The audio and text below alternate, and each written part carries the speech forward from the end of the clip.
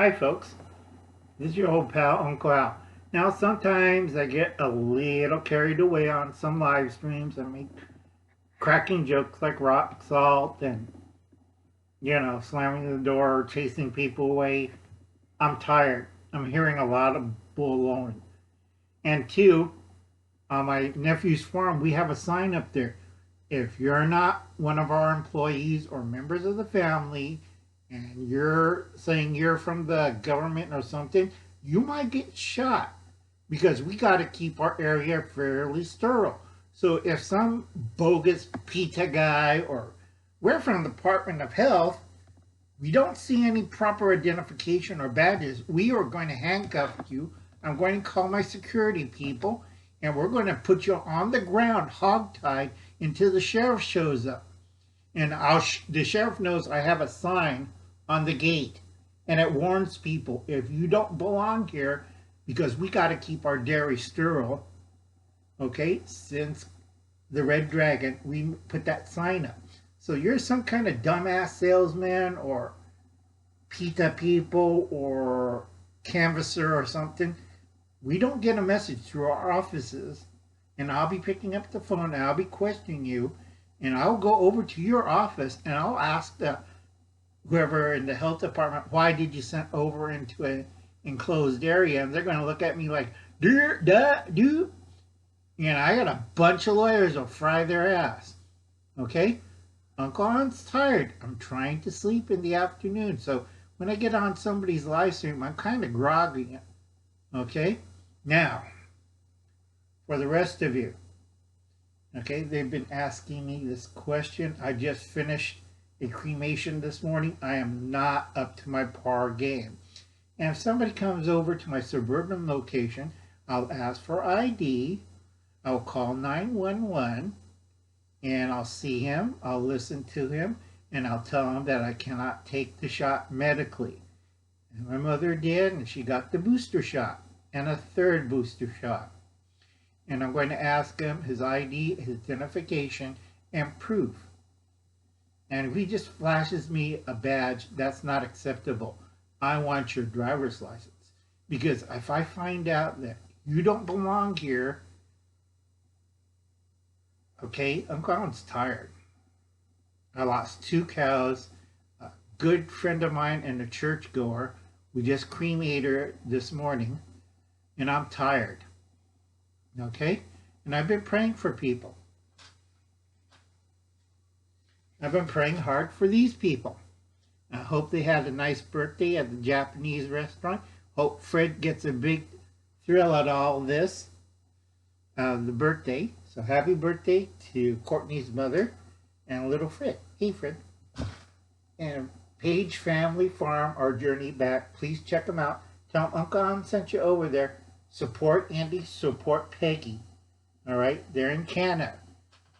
And anybody who tells me Canada isn't communist, they're nuts. It is leaned so far, and also there's so many Chinese agents there, it's not even funny. I don't know where they got their information or where they look around, but that area of China is packed. All right? You have no ideas what's going on. And people say it's still part of the Dominion of England. No, it isn't. There's the Queen's holding. The Queen is the biggest landowner. The royal family is the biggest landowner of Canada. And right now they're in disputes with the native population. You want to get caught up in that lawsuit, say, oh, Canada's with the, under the Queen's Commonwealth or something baloney like that. Not since 1979. They changed their flags. They have a constitution. Okay, we might be invading Canada soon because Canada has gone full, almost close to full commie. And a lot of people know this. Okay, so first thing I like to do is tell people, read Matthew 24, verses 3 to 36. You will hear the wars and threats of war. Do not panic. Okay? Simple. My friend Michael and I, we were talking about this. Who could screw this up? You will hear wars and threats of wars. Do not panic. Okay? A lot of people don't read the Bible. I'm glad this does. And so far, there's only 19 predictions. 19% of the prediction has not come true. The others already came and gone. That's 579, if I last remember, already happened. From discovering the New World and blah, blah, blah. I don't want to go through it because it gives I'm on a headache and I'll be screaming all night. So you go read your Bible. Matthew 24, verse 3 to 36. You will hear of war and threats of war. Do not panic. Nation will go to war against nation. Kingdom versus kingdom. There will be famine and earthquakes. So the last 2,000 years we had all this, okay? But right now, we are in the first sign. We're supposed to have 4 signs. Sign number 1's coming through. And when I'm talking about there will be famine and earthquakes, a lot of earthquakes. So better get your act together. Now, I won't go into the other 3 signs. You have to read the Bible. And anybody who tells you, go into the wilderness, go into the desert, follow me, I'm the Messiah, blah, blah, blah. False prophet. No, you give them a load of rock salt. Okay? A lot of these false prophets are Democrats. If you read these passages, you'll find out it's true. We are savior to every kind of famine and earthquake and pestilence and blah, blah. You have performed miracles. Don't you believe it? Okay? It's simple. I have to write this down because a lot of people are really, really stupid. 2, normal biasing. Ray of Urban Grandpa Prepper. I like Ray. But you're getting to be normalcy biasing. Some days I can't preach. Normous biasing. So you're getting used to, it's normal, everything's fine. Chris Variety Channel.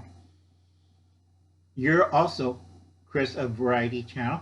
You're getting to normacy bias. You think everything is perfect, everything will go along. I'm not involved, I'm too small, it won't affect me. Wrong. Okay? I keep telling people, Bible, 100%. Everybody else, okay? Now, I have arguments with my other religious people, but they all agree that's correct. It's incorrect in the Quran, it's correct in the Torah, and it's correct in about 3 other scriptures on 6 different levels of religion. And we're talking almost fist fight kind of arguments. Now, a lot of you people don't understand what's going on, and you think everything's fine. You only got 6 weeks. I asked Michael, 6 weeks. And you think, oh, is it something? No. Don't panic, stockpile, believe in God, stop being a normacy, biasy kind of idiot and like, everything's fine, nothing is wrong. I tell Michael, but he won't let me handle this, give me his sword, and I'm like, yeah, this is a lot better than a mallet, and it's on fire. But Michael says no, because I have a horrible temper. Of course I have a horrible temper. My right eye is in pain. I'm putting enough medication to kill a cow. They won't refill up my morphine sulfate. And I'm a little bit nuts. All right? I have to wait until August to do the surgery in Fresno, because they can't do it in Bakersfield because it's too delicate an operation. And I refuse to go under. So it's going to be a local. You want to see pain? You do a local while they're screwing around in your eyeball with a laser and a knife and stuff. Loads of fun, folks. So I'm really tired, really upset. And I'm trying not to scare anybody. But Benki, if you listen to this, or Trey, if you listen to this, check with Matthew 24 verses 3 to 36. Okay, because nobody ever listens to Uncle Al.